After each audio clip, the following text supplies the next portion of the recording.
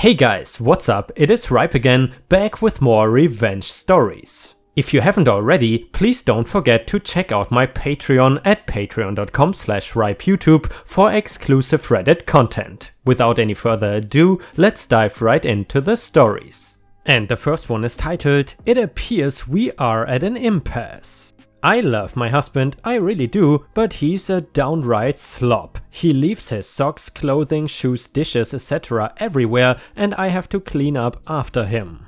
After begging him for 2 years to not get a dog, he brought home a rescue. Guess who takes care of it? We have now had this dog for 1.5 years and I love him to death.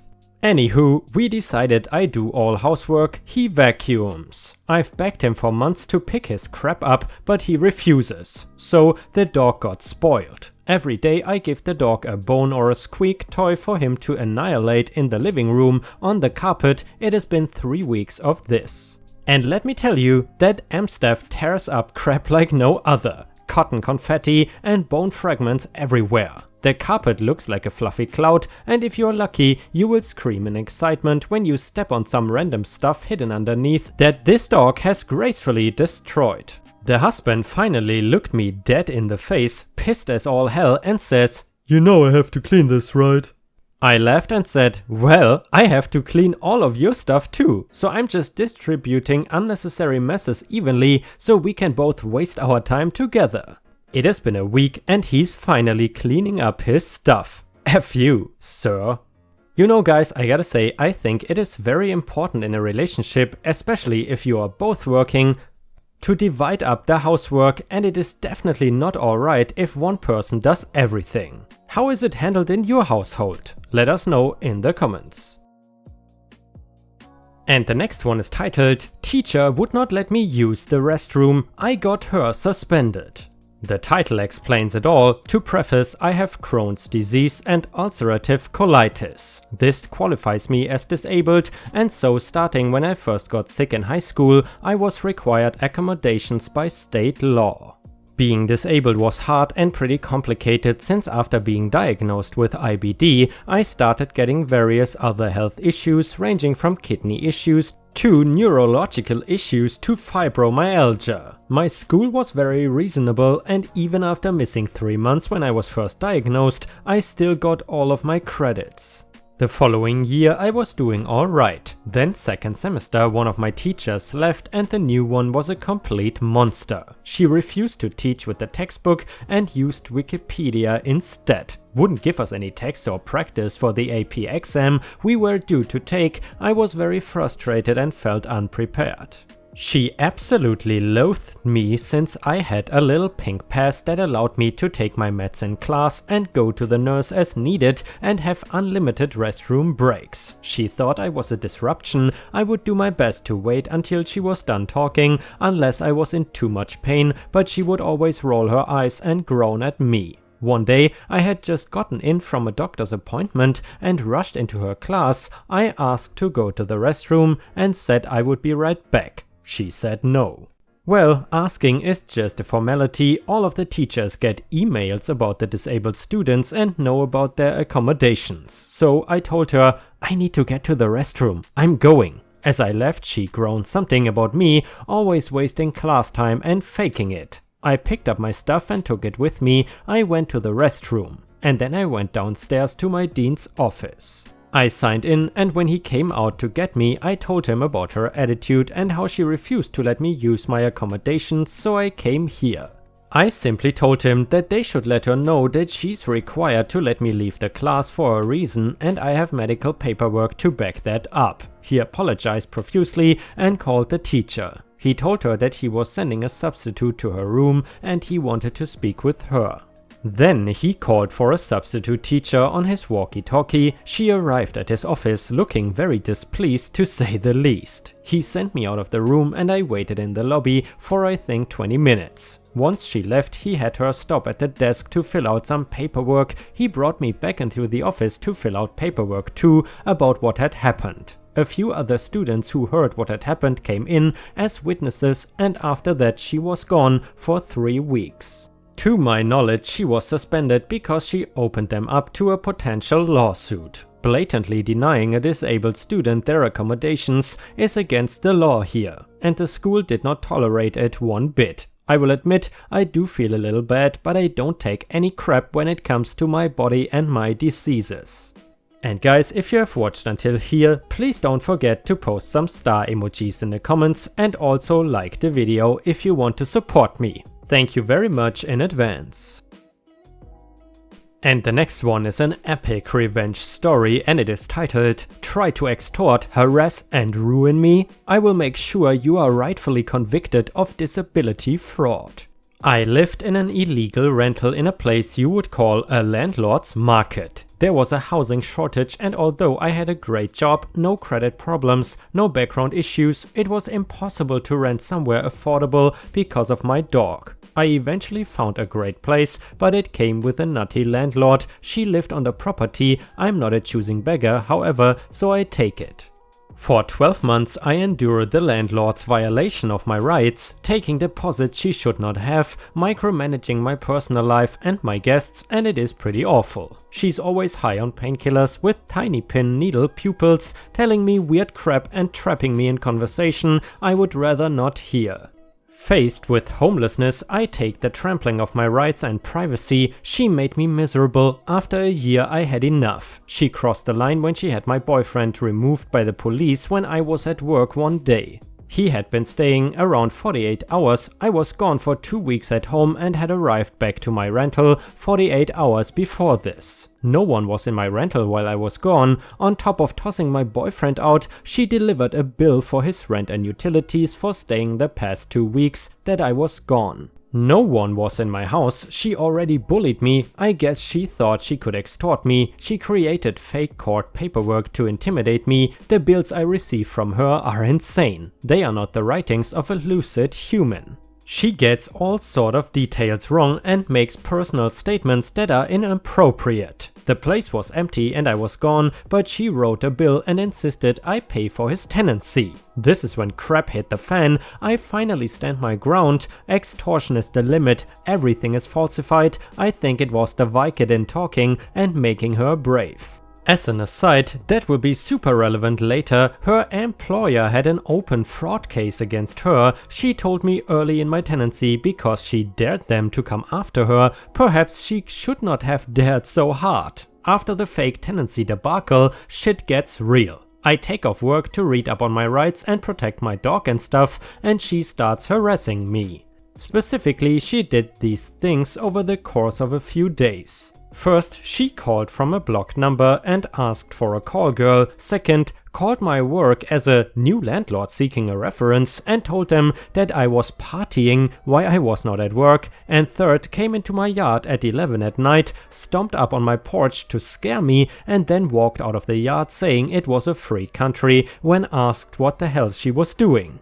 In addition, she called the Humane Society and told them that I had a vicious dog on the loose who attacked her dog. Number 5, she called the police and sent them to my job. I work with kids, claiming she found drugs in my house. Needless to say, I was pretty freaked out by all of these things. I got a TRO against her. She could not keep trying to ruin my career and get my dog euthanized and attempting to intimidate me. It was good for 3 years. I was happy I won in court. It was a great move for my safety and empowerment. However, when I did move about 10 days after the extortion, she falsified documents, kept my deposit, and I was forced to go back to court to get my money. Again, I won, and although it took a lot of time and energy, eventually it was garnished from her account, and I not only got out of my lease, rightfully, but took my deposit money back against her will. I had a restraining order for 3 years and she did not know my new address. I was thrilled.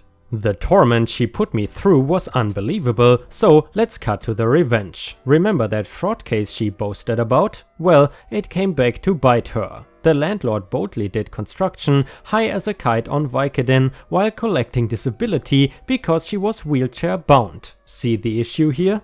She played the system to get into paid early retirement, ate pills all day, increased her property value by building up her space, and collected money from illegal rentals. 4 months before I moved out, she was doing construction, and I had a strange feeling that I should document her fraud. I knew she could turn on me at any point, and well, I'm sure glad that I had the foresight to do so. She had gone to work the first day of her contract and fallen out of a wheelchair on a ramp that was not up to code. Almost 4 weeks later to the day, she was happily at home, continuing with her activities, building a tool shed from scratch. She was doing construction with no wheelchair.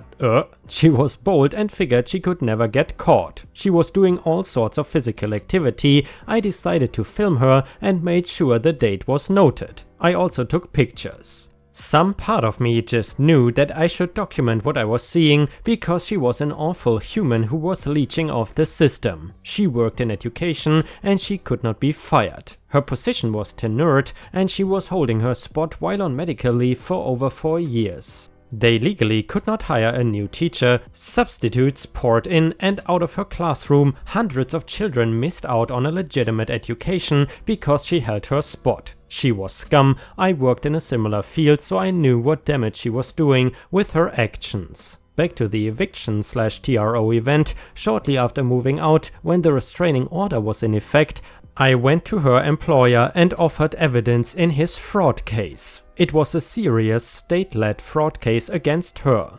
They were going after her. He was elated that I had such strong evidence. He put me in touch with private investigators and I handed over the evidence after sitting down with them and giving my statement of her activity and how she was mobile at home. I did not have to exaggerate and I didn't have to lie, I just told them exactly what happened. Even if she did not burn me, I felt like I was doing my civic duty by ensuring the kids that had a real teacher in their classroom instead of this piece of crap. Months later, I called the investigators and found out my evidence was what really sealed the deal. She was convicted of disability fraud. She was fired from her position and was potentially going to pay back years' worth of disability payments. I did that. I am the reason her scam fell apart. She thought she could bully me into extortion. She didn't. She thought she could ruin my career and hurt my dog when I stood up to her. But she didn't. In fact, I won. It was what I needed to be empowered after she did bad things to me. It was not even revenge as much as standing up for myself. If she did have to pay it back, she would only have her house to pay with. My dream is that she lost her house, ended up a renter, and just hopes for a kind landlord. And guys, that just shows how the tables can turn, and you should never be a douchebag to others because in the end, karma can hit you back. And the last one is titled A Trucker's Petty Revenge and it was posted by user TransTrucker on r/ripestories. Forgive any formatting issues I may make. I'm still trying to figure out how to write these stories reliably while going to school full-time, driving a semi-truck full-time, and still have time to share these stories with you all. A little bit of background, as you may remember from my last story, I'm a bit of a geek. I've been working with computers since I was 2 and I am now 30. Most of my expertise is in networking, which is what I did in the Marine Corps. Obviously, that is no longer my career field. I'm a truck driver now. The fun thing about being a geeky truck driver though is that I get to have fun with wireless networks. Nothing malicious, well, unless another driver upsets me. So this happened about 2 weeks ago. About a month ago, the old wireless router that I had been using gave out. It completely reset itself and I could no longer install the software I needed on it to connect it to my phone so that I could provide wireless internet to all of my devices in the truck. I sprung for an $80 TP-Link router that I could put OpenWRT on. Fast forward a week, I have the new router in hand, everything is loaded, my tethering connection is solid. I head back to the truck stop after picking up the router and start to connect all of my devices in the truck to it. About 2 hours after settling in, having everything hooked up and starting to watch my shows, yay for having a Plex server in the truck, I notice my connection to the router goes a bit hinky if you will. I get back on the computer, I open up PuTTY and I check to see what all is connected to my router. Wouldn't you know it, someone is trying to connect to my router. However, they are unsuccessful because I am a stickler about security on my personal network. Static IPs, MAC filters and a subnet that only allows 6 devices on the network. Yeah, I'm that paranoid about security, so I write a hard reject of that device's MAC address into the denied list on the router and I am done with it. Or so I thought I was done with it. I laid back down, got back to watching my shows, and about 20 minutes later there is a loud bang on my driver's side door. I am undressed and I'm not going to put my clothes back on, so I open the driver's side bunk hatch. Here comes this fat ass that apparently parked right next to me. For references, OP, me, ET entitled Trucker. OP, what do you want? I'm trying to get some sleep and watch TV. Entitled Trucker, is it your internet I'm trying to connect to? Tor Mobile. OP, apparently, why are you trying to connect to my internet? ET, the truck stop is supposed to have free Wi-Fi, so give me the password to the Wi-Fi. OP, yeah, the truck stop does have free Wi-Fi, but mine is not free. It is mine and I pay $70 a month for it. Well, I cannot connect to theirs, so let me use yours. OP, sure, I will let you use mine if you pay me $20 and let me throttle your speed to what the truck stop Wi-Fi is set to. ET, no, you're going to give me full speed. OP, I'm not giving you anything. And I slammed my hatch door in his face. Think it's over? Nope, not by a long shot. The battle may be over, but the war has only just begun. For the rest of the day he tries everything he can to try to bypass my hard lockout. I did not realize I was working with someone who was slightly tech literate until I saw packets flying across my network trying to crack my router's password through a WPS crack that I have not seen since 2013. Well, my router does not use WPS and that is for proprietary software. I am using open source and it's not going to work. He can try all he wants, but it simply won't work. After that day I left, back to work driving around the country. You thought that was the end? That's cute. It was not the end though. That's okay, I thought it was the end until I got back home the following Friday, when who else but the entitled truckers park right next to me again. Apparently that week the truck stop, upon his complaints over the entire weekend before, had contracted some help to install some new wireless access points throughout the truck stop parking lot, including a high-powered access point right behind where we were parked. Jokes on him, because the installer did not do squat past the initial setup to make sure all of the access points in the parking lot would function together to allow seamless transfer of a device between 2 access points. The tech had left the original admin password on the new access points, so what is a geek to do when she's trying to get petty revenge? I go ahead and use my unused radio on my personal access point to connect to the new parking lot access point, and then I log in. What did I do, you ask? The same thing I did before. I put a denial rule in the MAC filter on the access point, one that would keep him from connecting. About 2 minutes later, I hear his driver's side door open and shut, and him screaming about not being able to keep a connection to the Wi-Fi. I could not stop laughing. It is fun to be a geek.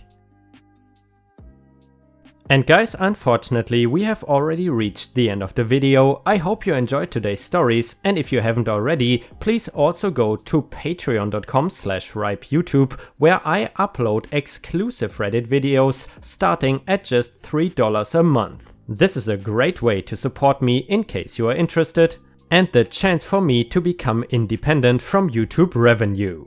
Thank you so much for watching. Please don't forget to subscribe and like the video, and I hope to see you again tomorrow.